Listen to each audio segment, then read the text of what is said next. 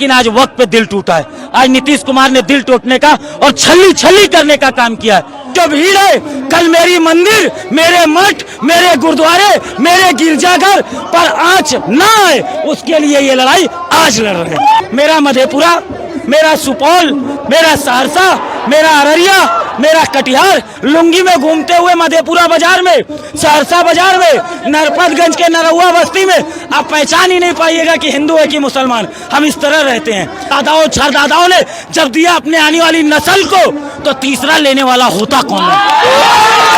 कि ये लोकतंत्र बचाओ नजर आ रहा है, ये संविधान बचाओ नजर आ रहा है।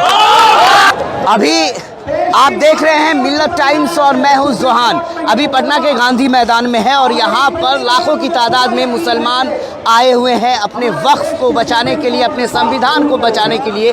वक्फ बचाओ, दस्तूर बचाओ कॉन्फ्रेंस के जरिए यहाँ पर इमारत शरिया ने बड़ी तादाद में मुसलमानों के आने की अपील की थी और लाखों की लाख तादाद में मुसलमान आए भी। जितने लोग मैदान के अंदर है, इससे ज़्यादा लोग आ ही रहे हैं और अमूमन यह अंदाज़ा लगाया जा रहा है कि यह मैदान इतिहास में पहली बार ऐसा होगा कि जितने लोग अंदर रहेंगे उससे ज़्यादा लोग बाहर रहेंगे। अभी लगातार लोग आ ही रहे हैं। इसी बीच एक तिलक लगाए एक हमारे हिंदू भाई मिल गए हैं, जेडी यादव नाम है, सोशल मीडिया पे पॉपुलर रहते हैं, हमेशा एक्टिव रहते हैं। अब सामने इमरान प्रताप गढ़ी की भाषण चल रही है और इधर आप सैकड़ों की तादाद में लोगों की भीड़ देख रहे होंगे। क्या कहेंगे यह ऐसा माहौल, मुसलमानों के बीच में तिलक लगाए एक हिंदू भाई, क्या कहेंगे इस बीच? कोई लोगों को क्या संदेश देंगे? सर, हम संदेश ये देना चाहेंगे कि पता नहीं लोग क्या कहते हैं या क्या नहीं, हम किसी कोई हमारी बात को गलत ना समझे। ये किसी को मुसलमान नजर आ रहे होंगे, हमको नहीं जानते, लेकिन हम कहेंगे कि ये लोकतंत्र बचाओ नजर आ रहा है, ये संविधान बचाओ नजर आ रहा है। ये जो भीड़ है, ये सिर्फ वक्त, कब्रिस्तान और मस्जिदों को बचाने के लिए नहीं है। ये जो भीड़ है, कल मेरी मंदिर, मेरे मठ, मेरे गुरुद्वारे, मेरे गिरजाघर पर आंच ना आए, उसके लिए ये लड़ाई आज लड़ रहे हैं। यही हम लोगों से एक बहुत बड़ी भूल, यही हम लोगों से एक बहुत बड़ी चूक हो जा रही है। एक मीडिया, उसको मीडिया कहिए या दूसरी तरह की मीडिया कहिए, उसका सिर्फ और सिर्फ लक्ष्य ये कि ये दिखाना कि ये मुसलमानों का जद्दोजहद है, ये मुसलमान लड़ाई लड़ रहे हैं। सर, एक बात हम कहना चाहेंगे, एक बात हम जानना चाहेंगे, किसी के मजहबी, किसी के मस्जिद, किसी के मंदिर या किसी के मठ पे किसी का अधिकार तो नहीं होना चाहिए। हम गांव के लोग हैं, हम किसान हैं और खास करके हम कोसी और सीमांचल से आते हैं। जो बात अभी आप कहे उसका संदेश हम स्पष्ट करना चाहेंगे कि आप कहे कि इतने मुसलमानों के बीच में एक टीका लगाया हुआ। सर, मेरा मधेपुरा, मेरा सुपौल, मेरा सहरसा, मेरा अररिया, मेरा कटिहार, मेरा किशनगंज, इन सारे जिलों में अमूमन किशनगंज में 70% मुसलमान, कटिहार में लगभग 55% मुसलमान, अररिया में लगभग 45-50% मुसलमान, पूर्णिया में लगभग 35-40% मुसलमान, मधेपुरा और सहरसा सुपौल का भी अनुमान यही स्थिति है। सर, कभी तो हमने नफरत नहीं देखी, कभी तो हम नहीं देखे किसी से गिरे हुए, आज तक कभी मेरे कोशिश है। अब कभी गांव बाजार हमारे साथ घूम कर देखिए, लुंगी में घूमते हुए मधेपुरा बाजार में, सहरसा बाजार में, नरपतगंज के नरहुआ बस्ती में आप पहचान ही नहीं पाइएगा कि हिंदू है कि मुसलमान। हम इस तरह रहते हैं, हम इस तरह एक दूसरे के साथ जीते हैं। सर, ये 2014 के बाद एक नफरती लोग आए हैं, उन नफरती लोगों का दुसंकल्प दूसरा है। सर, आज हम लोगों को एकजुटता के साथ और वक्त की जहाँ तक बात आएगी, जितना मैं समझता हूँ मुझको नहीं लगता इससे ज़्यादा कुछ समझाने की बात है। आपका नाम क्या है? मोहम्मद इरशाद। मोहम्मद इरशाद। आपके पिताजी का नाम? भोला जवान। भोला मियाँ। भोला। अब एक बात हमको बताइए, भोला मियाँ नाम में ही देख लीजिए, बाकी सब छोड़ दीजिए। अब इनके भोला मियाँ से इरशाद साहब को जो चीज़ मिली, उनको भोला जी को उनके दादा से मिली होगी।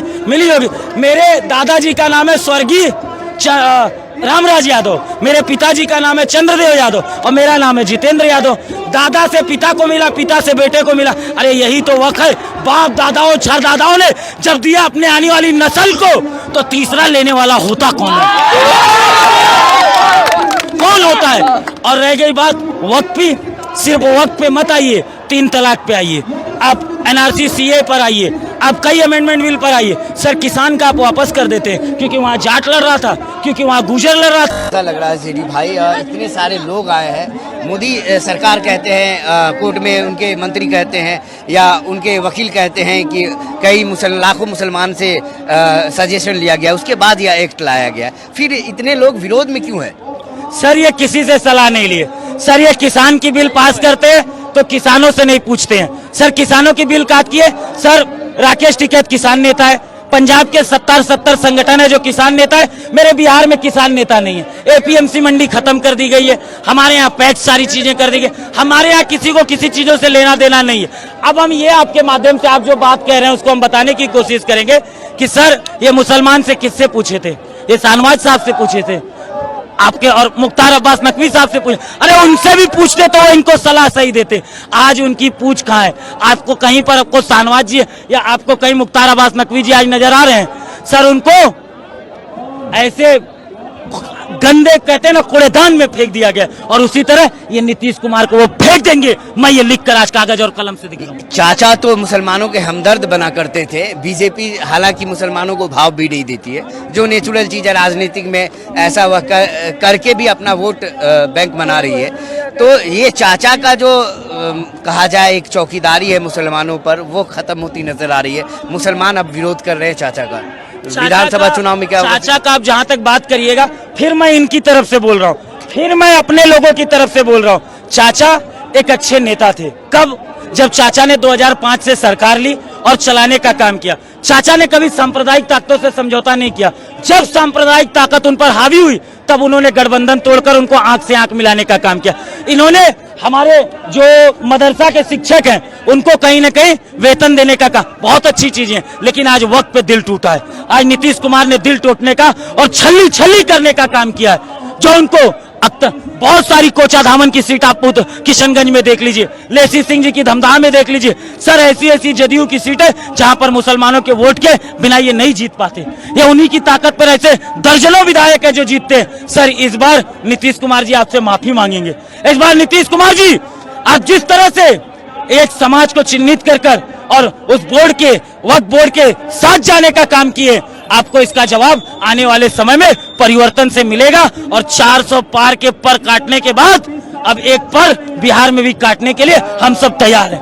400 पार का पर काटने के बाद बिहार में भी अब विधानसभा चुनाव से पहले जो यह राजनीति है, यह राजनीति अब अलग रुख लेती दिखती है और मुसलमानों की बड़ी तादाद अब नीतीश कुमार के विरोध में लगातार खड़े नजर आ रहे हैं। यह लगातार तस्वीरें आप देख रहे होंगे, जितने लोग आपको मैदान में नजर आ रहे होंगे उससे ज़्यादा लोग मैदान के बाहर भी है। लोग आ रहे हैं, जा रहे हैं।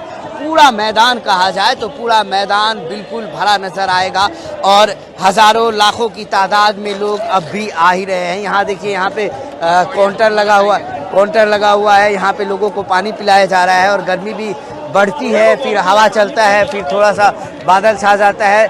देखिए यहाँ पे पानी किस तरह लोगों को दिया जा रहा है और यहाँ पे मुकम्मल इंतज़ाम है। लेकिन भीड़ इतनी बढ़ चुकी है कि हम आपको स्टेज के आसपास का नज़ारा नहीं दिखा सकते, क्योंकि जाने तक की वहाँ पर जगह नहीं है। लोग वहाँ स्टेज के नज़दीक तक पहुँच गए हैं।